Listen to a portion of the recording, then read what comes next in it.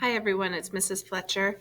I just wanted to take a look at these summary sheets with you and explain how they could be useful to you.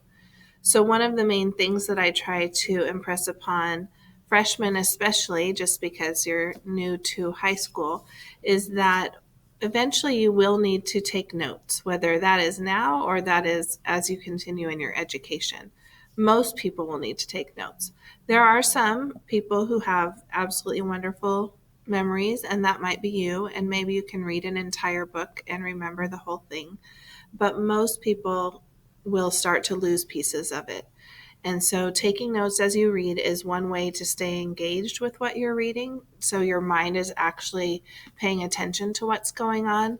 And also then, excuse me, to have those references later. So as you know, you'll be taking a quiz at the end of reading this whole book.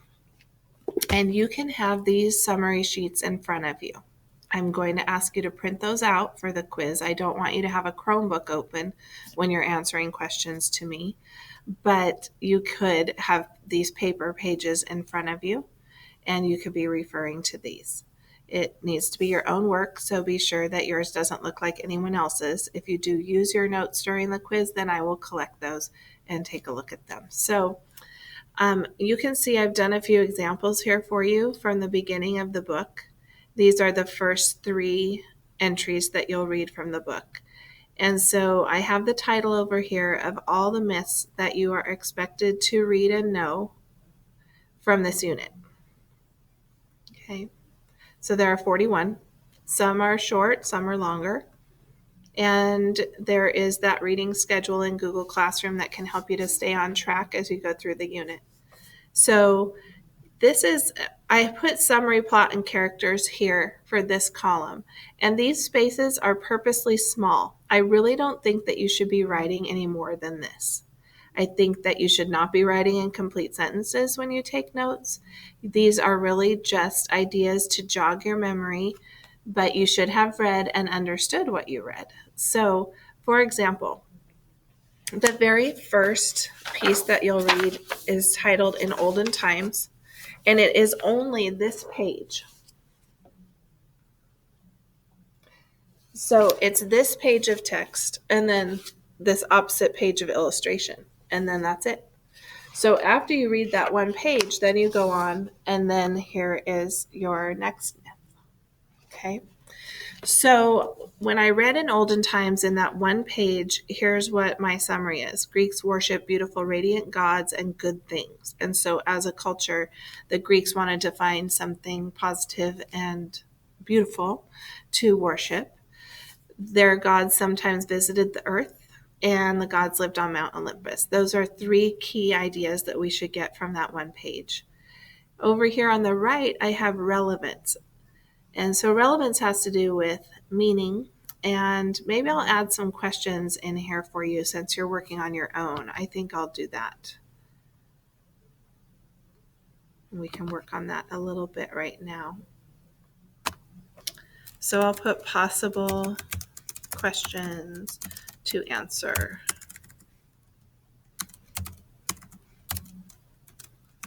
All right, so questions would be, why was this myth told? What does it explain?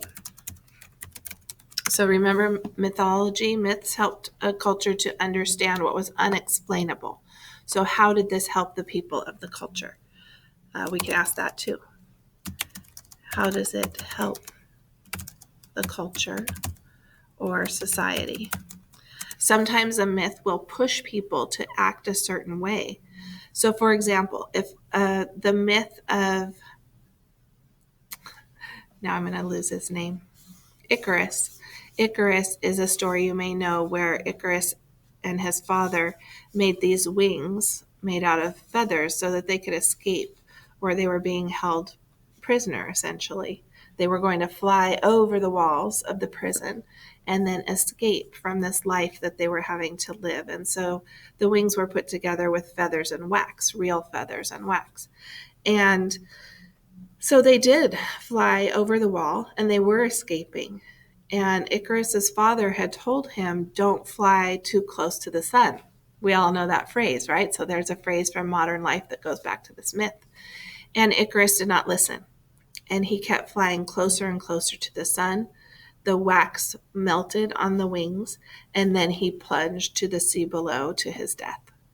And so in society, that could push children and parents, they could use this story to push children to abide by what their parents said, to listen to what their parents said, and to be obedient.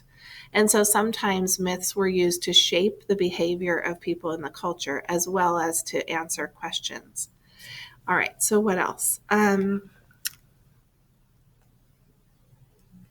I would say, does anything originate with this myth?